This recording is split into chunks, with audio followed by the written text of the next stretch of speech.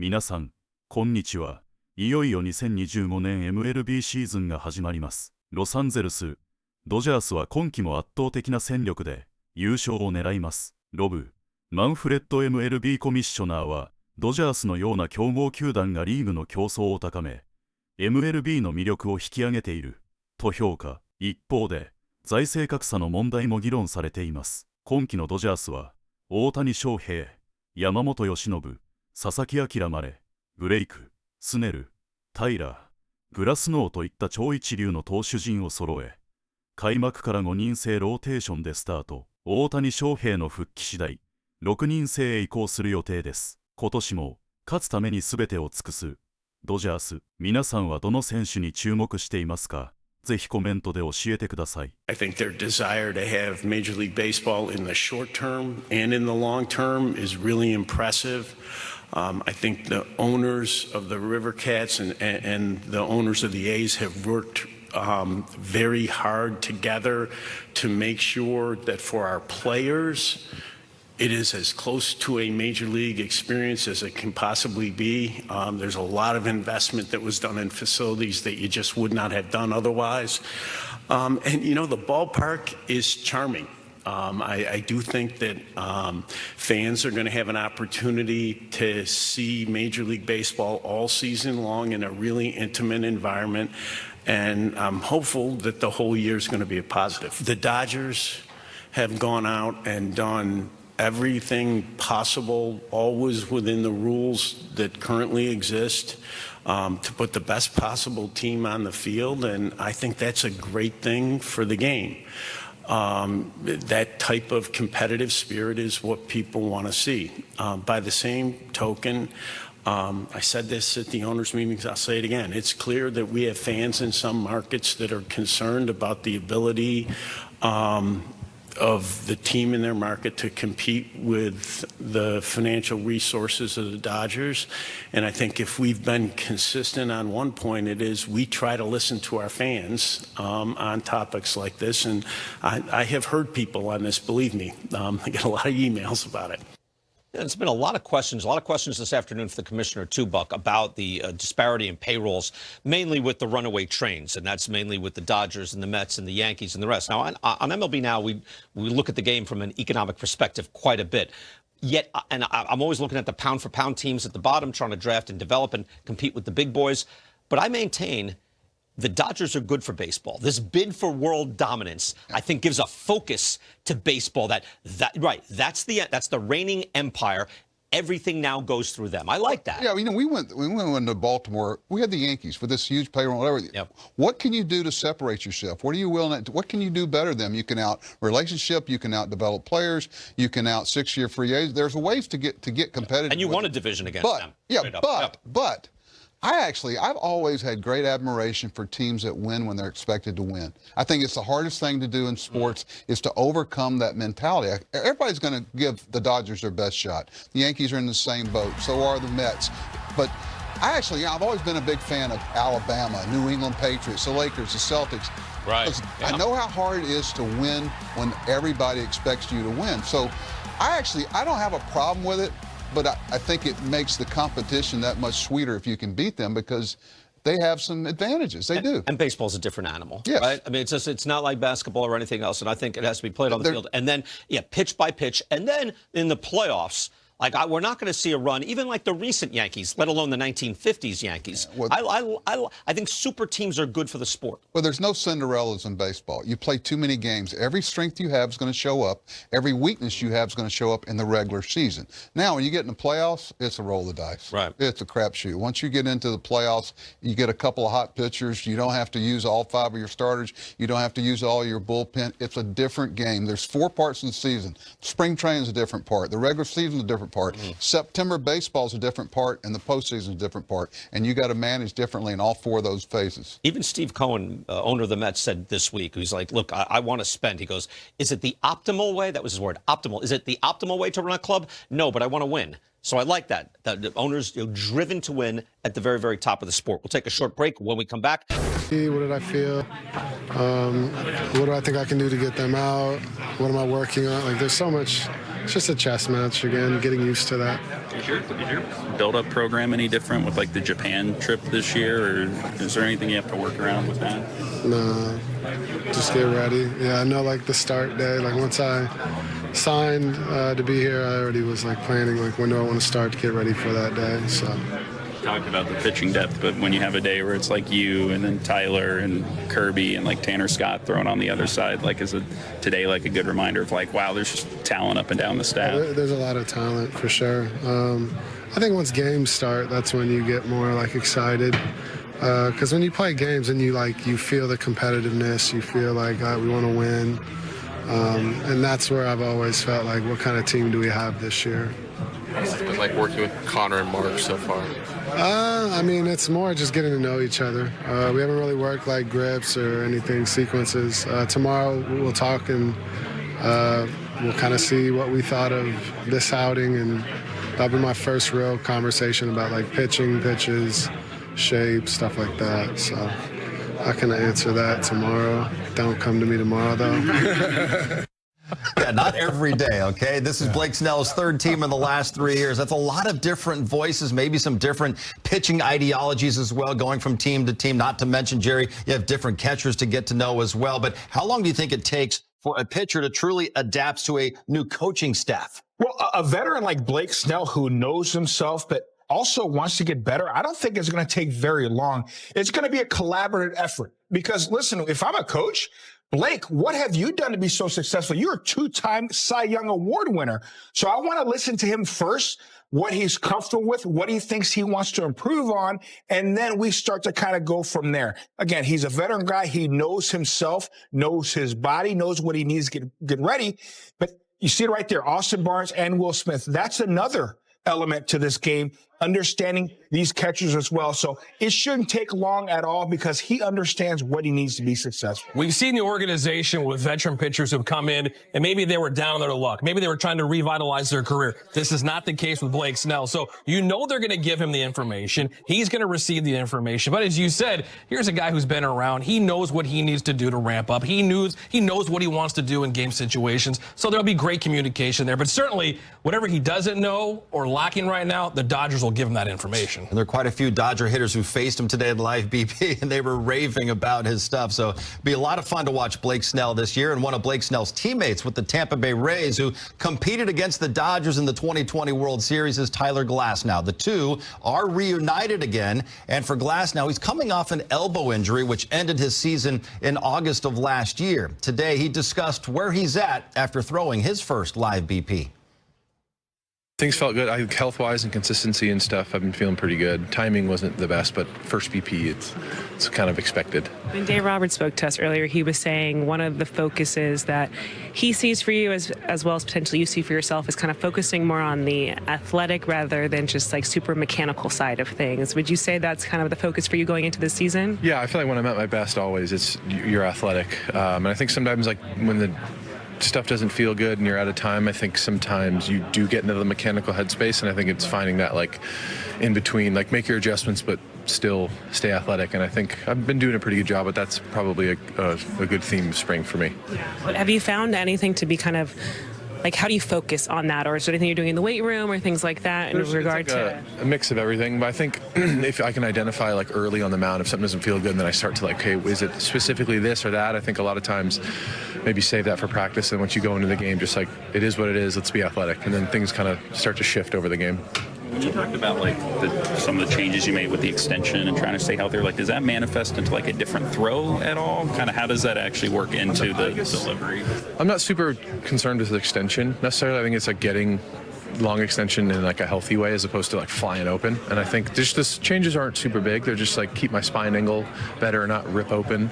Puts a lot of stress on my elbow. So it's just kind of refining that all spring long and keeping my direction towards home plate. And it's been feeling pretty good. It's kind of hit or miss right now, but every spring it's kind of hit or miss right now. So I think right now he is healthy.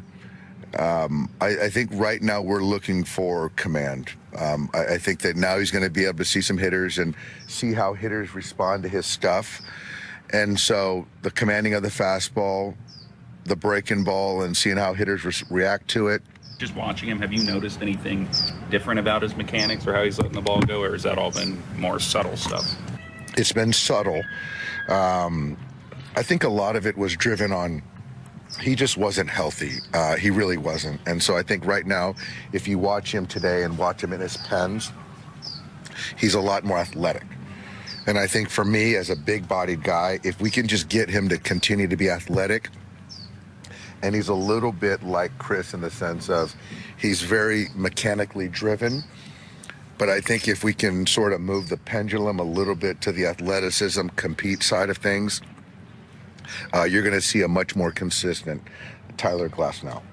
Let's hope so. But Tyler Glasnow, he was already an all-star for the first time last year. He established career highs in innings pitched and strikeouts, but his elbow issues, Tim, which he dealt with a lot when he was in Tampa, they popped up once again for him. He's hoping that these subtle changes in his mechanics will keep him healthy and maintain that effectiveness at the same time. Yeah, absolutely. And for Tyler Glasnow, he has got to stay healthy at the end of this season. It's great that he's going to come out like he did in 24 and have the kind of season he did, 20-plus starts. And he was fantastic for him last year. But he needs to come out and he needs to be healthy the long term for them and be able to pitch in October. Thankfully, it was only tendinitis that he suffered with in late August and missing September and October. But for Tyler Glasnow, the stuff is there. The arm issues hopefully are behind him. The serious issues are 2.5 years ago. So we've seen the last 2 years, 20-plus starts. He can get there here, hopefully in 25. When you're a big guy like him, and he loves when I say he's 6'12", because he is so tall, mechanics is always an issue for the taller guys and trying to repeat those mechanics. So that's always on the back of his mind because he knows he needs to have solid mechanics to be able to save his elbow and arm. Hopefully he has that figured out. I know a little tinker with mechanics. He gets that ready to go, and we can have him for the entire season. Because as we saw early last year, a lot of people forget he is a problem when he is healthy out there. 14 strikeout game against Minnesota.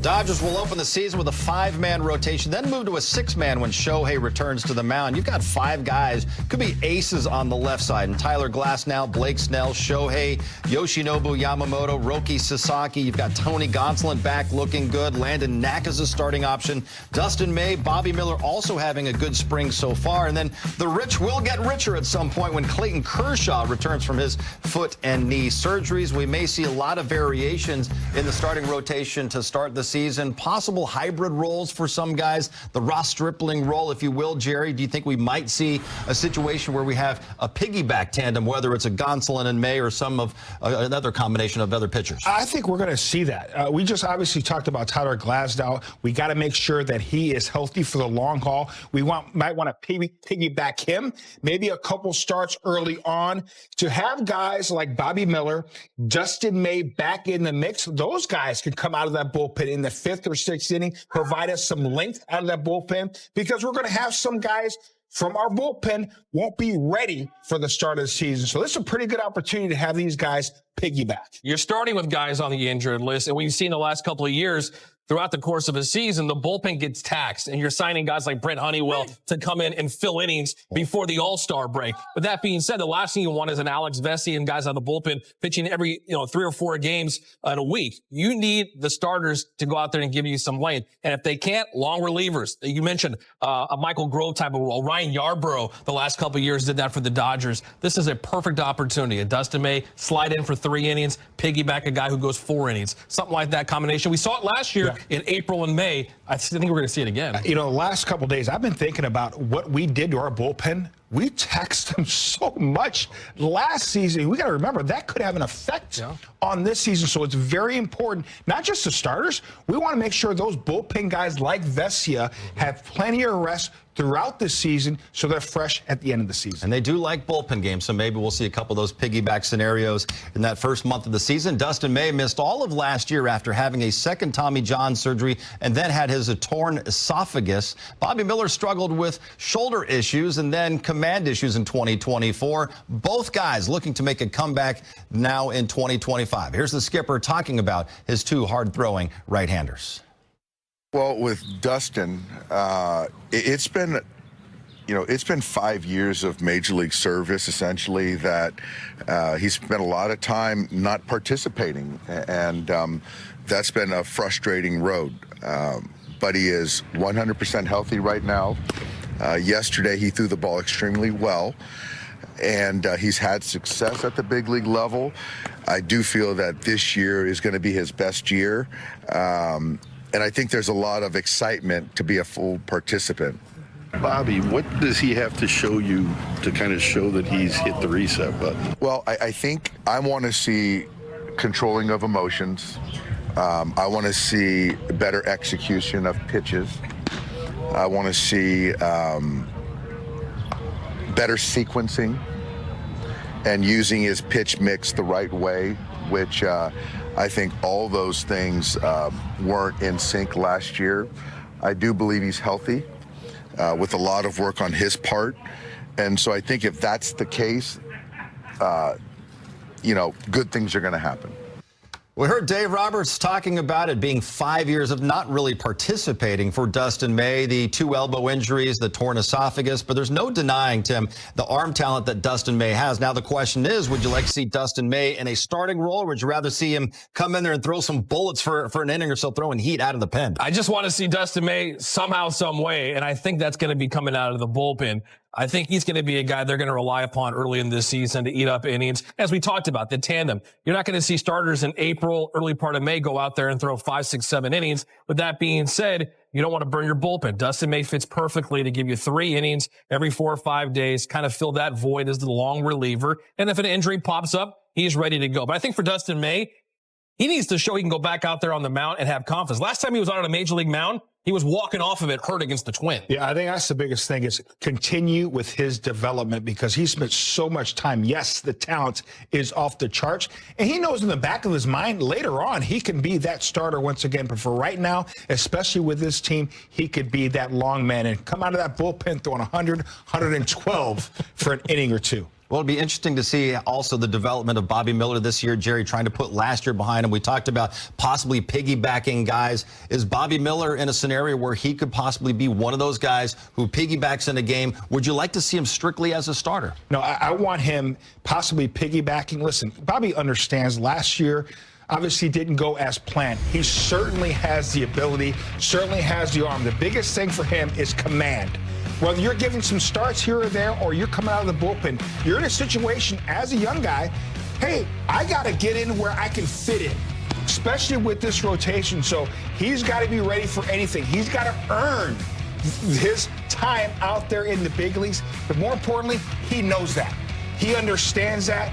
Certainly the talent is there, but he's got to be able to maximize that talent by throwing strikes. For Dustin May, it was confidence, physically getting back on the mound. For Bobby Miller, it's more between the years, I think. This is a guy oozing with talent, carried the Dodgers 2 years ago when he was called up, got humbled a year ago and got sent back to AAA, couldn't find his command in Oklahoma City. This offseason, I bet he spent a lot of time thinking about how do I get back to that elite level? How do I get back into the Dodgers rotation?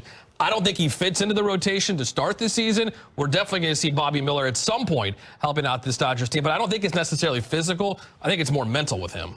皆さん、こんにちは。ドジャースファンの皆さん、ついにこの時がやってきました。2025年シーズンに向けて、ドジャースは完璧な準備を進めています。スプリングトレーニングも順調に進み、選手たちはすでに素晴らしいパフォーマンスを見せています。そして、何よりも注目すべきは、大谷翔平の活躍です。ロバーツ監督も、翔平は今月中には確実に登板する、と明言し、ファンの期待が一気に高まっています。開幕戦では登場しないものの、彼がマウンドに立つ日はもうすぐそこ。MLB を代表する二刀流プレイヤーが、どんな圧巻のプレーを見せてくれるのか、想像するだけでワクワクしますよね。さらに、スプリングトレーニングでは、山本由伸と佐々木朗まれという日本が誇る2大エースも絶好調。ロバーツ監督は山本の適応スピードに驚愕し、彼は毎回ボールを投げるたびに進化している、と絶賛。佐々木もまた、MLB の環境に少しずつ慣れ、確実に自信を深めている様子がうかがえます。カクタスリーグの開幕戦で、彼らがどのようなピッチングを見せてくれるのか、期待せずにはいられません。ドジャースのスプリングトレーニングは、単なる調整期間ではありません。そこには、選手たちの熱い情熱と、チームの結束力が詰まっています。ムーキー・ベッツは、レッツ、EODGERS とチームメイトを鼓舞し、大谷翔平はいつものようにユーモアたっぷりのいたずらでチームを和ませています。この雰囲気こそ、ドジャースが誇る最強の武器なのです。強いチームには強い絆がある。そしてその絆が勝利への原動力になります。ではここで皆さんに質問です。今年のドジャースどこまで行くと思いますか？ワールドシリーズ制覇は間違いない。それとも大谷翔平の MVP 受賞に期待。コメント欄で皆さんの予想を聞かせてください。そしてまだチャンネル登録をしていない方、これからもドジャースの最新情報、大谷翔平の活躍、そして MLB のホットな話題をどんどんお届けしていきますので、ぜひ登録をお願いします。あなたの応援が私たちの最大の力になります。さあ、2025年シーズンはもうすぐそこ、ドジャースの快進撃を一緒に見届けましょう。